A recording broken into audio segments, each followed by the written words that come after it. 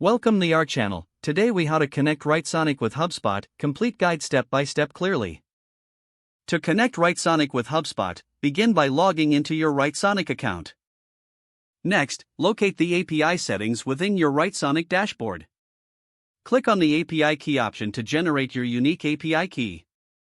Once you have the API key, copy it to your clipboard. Now, log into your HubSpot account. In your HubSpot dashboard, navigate to the Integrations section. Search for the Writesonic integration.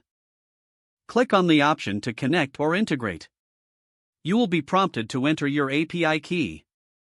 Paste the Writesonic API key that you copied earlier. After pasting, click on the Connect or Submit button. HubSpot will begin the integration process with Writesonic. Wait for a confirmation message indicating that the connection was successful. Once confirmed, explore the integration settings to customize your connection. You can now start using Writesonic features directly within HubSpot. Remember to review any additional settings or configurations as needed.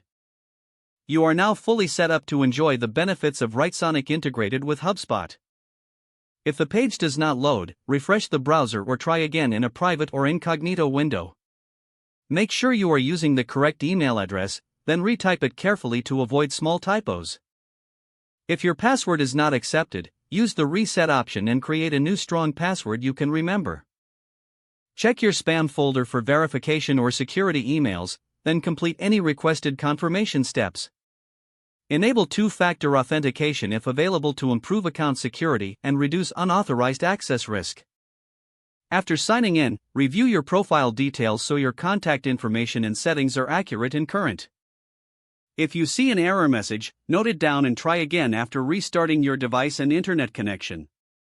Log out when you finish, especially on shared devices, to keep your account and payment information secure. If the page does not load, refresh the browser or try again in a private or incognito window. Make sure you are using the correct email address, then retype it carefully to avoid small typos. If your password is not accepted, use the reset option and create a new strong password you can remember. Don't forget to like this video and subscribe to our channel for more step-by-step tech guides.